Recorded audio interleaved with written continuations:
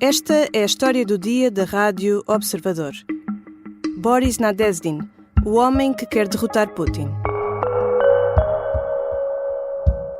I don't know exactly why I'm not arrested. I know Putin very well from 90s. Na última semana vimos uma coisa rara na Rússia. Centenas de pessoas, por todo o país, fizeram fila para assinar o seu apoio a uma candidatura independente às eleições presidenciais de março, a de Boris Nadezhdin. Boris é um político russo que se afastou do partido Rússia Unida de Vladimir Putin há vários anos. Diz que faz parte da oposição desde que o oligarca russo Mikhail Khodorkovsky foi preso em 2003 e já foi conselheiro do líder da oposição, Boris Nemtsov, assassinado em 2015. A somar a tudo isto, que já é muito arriscado num país como a Rússia, Boris Nadezhdin já disse publicamente ser contra a guerra na Ucrânia. Como ouvimos no início deste episódio, o próprio nem sabe porque é que ainda não foi preso. Mas quem é Boris Nadezhdin? E quais são as suas hipóteses na Rússia de Putin? Vou conversar com a Kátia Bruno, editora de internacional do Observador. Eu sou a Teresa Abcacis e esta é a história do dia de segunda-feira, 29 de janeiro. Bem-vinda, Kátia. Olá, Teresa. Kátia, quem é que é o Boris Nadezhdin e como é que ele surge agora na corrida ao Kremlin?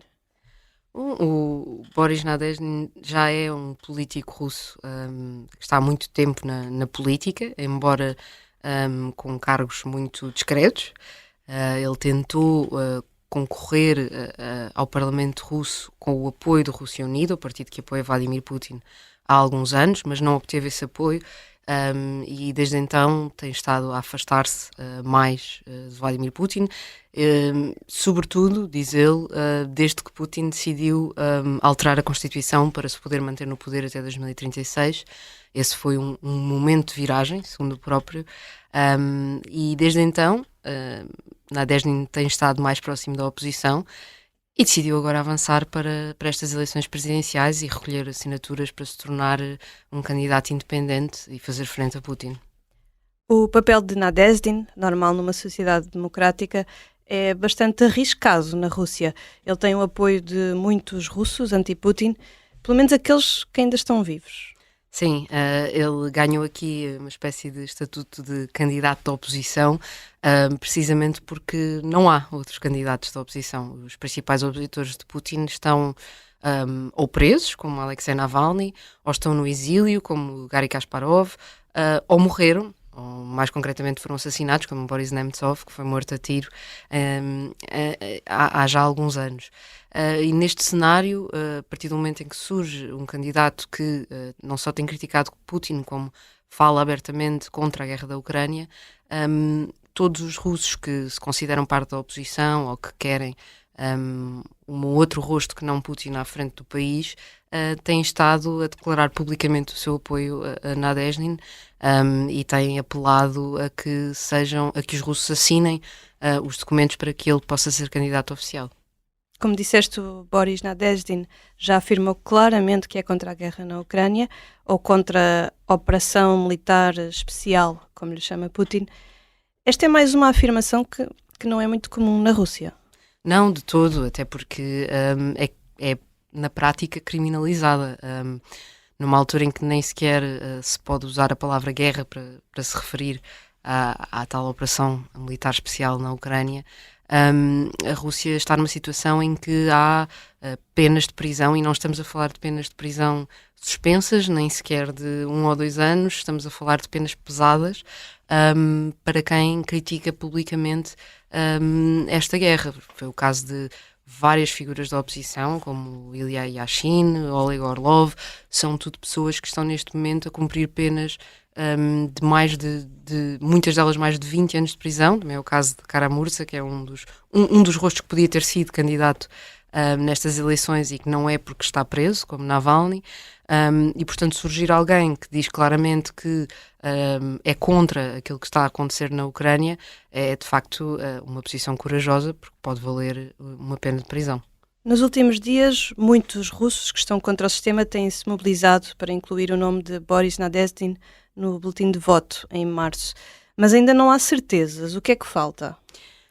A lei russa prevê que, para ser candidata à presidência, uma pessoa tem que ser ou nomeada por um partido, ou é candidata independente, mas para isso tem que recolher o apoio de pessoas por todo o país. E esse apoio, na prática, traduz-se em assinaturas. Têm que ser no mínimo 100.000 assinaturas e que têm que ser proporcionais às várias regiões da Rússia, ou seja, não vale a pena apresentar 100.000 assinaturas recolhidas em Moscovo. Okay. Isso não chega. E, portanto, neste momento, a candidatura de Nadezhdin está a recolher essas assinaturas, o que tem feito as longas filas de que falavas, que se têm registado em imagens um pouco por toda a Rússia. A campanha do candidato diz que já tem 150.000 assinaturas neste momento, que tentou recolher mais do que as 100.000 exigidas, porque estas assinaturas têm que ser validadas pela Comissão Eleitoral. E o que acontece muitas vezes é que candidatos próximos da oposição acabam por não conseguir ser oficialmente candidatos e não ter o nome do boletim de voto, porque a Comissão Eleitoral considera que as assinaturas não são válidas por alguma razão. Já voltamos à conversa com Kátia Bruno, editora de internacional do Observador. Na segunda parte, vamos olhar para a estratégia de Vladimir Putin nestas eleições.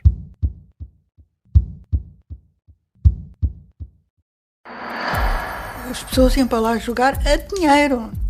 Eu vi lá uma roleta. Este é o Encantador de Ricos. É a história de como Pedro Caldeira, o maior corretor da Bolsa Portuguesa, seduziu a alta sociedade dos anos 80 e perdeu os milhões que lhe confiaram. Eles estavam em choque. Aquilo foi quase como uma bomba, não é? Uma série para ouvir em 6 episódios que faz parte dos Podcast Plus do Observador. É narrada por mim, São José Correia, com banda sonora original de The Legendary Tiger Man. Os Podcast Plus do Observador têm o apoio da Onda Automóveis. Regressamos à conversa com Kátia Bruno, editora de internacional do Observador. Kátia, sabemos que todo este ato eleitoral é um ato orquestrado pelo Kremlin, tanto para fora como para dentro. Porquê? Bom, sabemos que ele é orquestrado porque, a avaliar pelo que tem acontecido nas eleições dos últimos anos, os atos eleitorais na Rússia, segundo a Organização para a Segurança e Cooperação na Europa, não têm sido livres. E nos últimos anos a própria organização já tem usado a fórmula nem livres nem justas, ou seja, são eleições onde os candidatos não têm todos o mesmo acesso aos meios de comunicação social, onde há fraude eleitoral e, portanto, sabemos todos à partida quem vai vencer no dia 17 de março. Mas mesmo assim existe este esforço de mobilização e tentar criar esta aparência, não é, de um ato eleitoral normal, digamos. Os especialistas que acompanham a Rússia dizem que para o Kremlin, e em concreto para Putin, é muito importante criar esta ideia de que o ato eleitoral decorreu com normalidade e de que Putin conseguiu uma grande votação por uma questão de legitimidade. Ou seja, para a população russa, mesmo para aquela que apoia Putin, ver Putin vencer com 80%, que é o objetivo, segundo várias fontes do Kremlin dadas à imprensa, que falaram à imprensa russa, ao obter 80% dos votos, cria-se a percepção de que a oposição não tem apoio. Portanto, mesmo que... também é um ato de força. Exatamente. Mesmo que estes números não sejam verdadeiros, é evidente que mesmo em eleições livres a oposição dificilmente conseguiria derrotar Putin, porque não tem esse acesso aos meios de comunicação social, não tem um apoio fora das grandes cidades, etc. Mas ao apresentar resultados tão expressivos, isso cria a ideia para muitos russos de que de facto não vale mesmo a pena votar neles porque eles têm muito pouca expressão e, portanto, é importante para o Kremlin manter este teatro de que há uma eleição que segue os preceitos democráticos. Qual é que tem sido a estratégia de Vladimir Putin nesta campanha? Quais é que são os temas que estão em cima da mesa? Aquilo que podemos ler na imprensa russa, que várias fontes do Kremlin já têm dado a conhecer parte da estratégia, e será uma campanha que vai assentar muito na ideia da família e da defesa da família tradicional. Esse é um tema que vai ser uma e outra vez invocado e que vai ser reforçado com várias ações. Por exemplo, vai ser posto em marcha um concurso com um título que poderia ser traduzido por algo como Quem Sai aos Seus, não é exatamente isto, mas a ideia é esta, e que dará prémios aos participantes, casas, viagens, etc. Porque o principal objetivo dentro do Kremlin é criar uma ideia de normalidade, de que está tudo a funcionar como de costume, de que a vida na Rússia é tranquila, mesmo em termos de política internacional, embora a guerra na Ucrânia muito provavelmente não venha a ser um tema muito falado, quando for abordado é sobretudo numa lógica de ataque ao Ocidente, em contraste com a própria Rússia, que é definida como uma ilha de tranquilidade, e portanto o foco é muito nessa normalidade. Por falar em guerra na Ucrânia, que é uma das bandeiras até do Boris Nadezhdin, a guerra é um tema que divide os cidadãos russos ou é uma questão marginal para a maioria dos russos? É difícil termos uma percepção real, porque os estudos de opinião na Rússia só existe um instituto minimamente independente, que é o Levada, e mesmo esse, embora faça sondagens e estudos de opinião porta a porta e de forma anónima, fica sempre a dúvida até que ponto é que as pessoas estão a ser absolutamente sinceras e honestas quando respondem nesses estudos. Até porque só respondem aqueles que aceitam participar, não é? Portanto, muita gente pode decidir nem sequer responder. De acordo com as sondagens, é evidente que a guerra não divide os russos. Há um apoio claro à operação especial, maioritário. As sondagens apontam para cerca de 20% de pessoas contra a guerra e o resto ou indiferente ou a favor. Mas na prática, mesmo entre aqueles que estão a favor, aquilo que muitos sociólogos na Rússia dizem é que há um certo alinhamento do que se passa na guerra. O diretor do Levada fala numa guerra que é vista pela televisão, uma guerra que está à distância e que não é sentida de forma muito direta na vida das pessoas.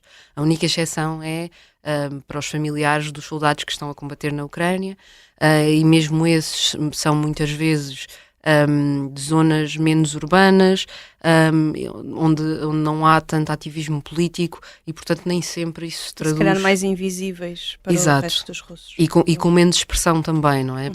A única exceção a isto tem sido as manifestações e os protestos feitos por algumas mulheres e mães de soldados, mas mesmo esses protestos não têm conseguido alargar-se ao resto da sociedade, que também, lá está, sabe que corre risco de prisão se abordar o tema e, portanto, há muita gente que até pode pensar de forma contrária, mas não o expressa. Ainda vamos ver se Boris Nadezhdin vai ou não constar nos boletins de voto, mas há outros candidatos que já lá estão, do Partido Comunista e do LDPR. Quem são? Sim, o candidato do Partido Comunista é um senhor chamado Nikolai Kharitonov, não é o candidato habitual do partido, foi uma nova escolha feita pelo partido, mas apenas nova em termos de experiência, porque este candidato tem 75 anos, é ainda mais velho do que Vladimir Putin. Tem 71 anos. Que tem 71, exatamente. E o candidato do LDPR, que é um partido nacionalista, até pode ser considerado de extrema-direita em alguns aspectos, é o Leonid Slutsky, que tem dito em público que não se considera melhor do que Vladimir Putin, que admira Vladimir Putin, e ambos os candidatos têm deixado claro que não acham que vão ganhar, mas também não parecem ter grande vontade de ganhar. Isto porque fazem parte daquilo que se chama a oposição sistémica na Rússia, ou seja, são candidatos que pertencem a partidos que sabem que para continuarem a existir não podem enfrentar o poder existente e aceitam as regras do jogo, digamos, aceitam poder participar não vencendo e, portanto, acabam por apoiar a liderança. Aliás, os dois partidos apoiam claramente a guerra na Ucrânia, por exemplo, e, portanto, não lhes passaria pela cabeça criticar Putin nesta matéria. E mesmo o Leonid Slutsky também não é muito novo. Não é. Slutsky tem 56 anos e esse não é um pormenor sumenos, porque o jornal Medusa, que é um jornal russo, teve informação de que dentro do Kremlin foi discutida a questão da idade dos adversários de Putin e de que todos deveriam ter mais de 50 anos, precisamente para que Putin não parecesse tão velho por oposição. E isto também está muito relacionado com o facto de Putin estar no poder há 20 anos e, portanto, os russos que têm memória de quando Putin chegou ao poder lembram-se de um Putin jovem, possivelmente com mais vigor, e, portanto, convém não criar a imagem de que Putin está acabado e que continua a parecer um candidato vibrante, nem que seja por comparação. A ser reeleito, que é mais provável, este será o 5º mandato presidencial de Vladimir Putin. Ele foi presidente entre 2000 e 2008 e desde 2012 até agora. Dá para ver alguma mudança no país nestes anos? É possível imaginarmos outra pessoa à frente do Kremlin? Neste momento, não. Esse é um caminho que a Rússia acabará por ter de fazer, inevitavelmente, não é? Porque ninguém dura para sempre, mas não, por muito que surjam pessoas como Nadezhdin, e mesmo que ele venha a concorrer à eleição, o sistema que Putin consolidou ao longo destes 20 anos, e é importante lembrar que mesmo nestes anos entre 2008 e 2012, em que ele não foi presidente, foi primeiro-ministro e o presidente... Era o Medvedev. Foi, na verdade, escolhido por ele como sucessor e, portanto, a política russa nos últimos 20 anos é Vladimir Putin. E nos próximos anos será também. Nos próximos anos, muito provavelmente, continuará a ser. Como diz um académico, Marco Galeotti, Putin é como o tempo. Pode-se gostar, pode não se gostar, mas todos aguentamos o tempo que está. E essa é a postura de muitos russos. Obrigada, Kátia. Obrigada eu, Teresa. Kátia Bruno é editora de internacional do Observador. Neste episódio, ouvimos o som de uma entrevista de Boris Nadezhdin à CNN Internacional. A sonoplastia é de Artur Costa. A música do genérico é do João Ribeiro. Eu sou a Teresa Abcacis. Até amanhã.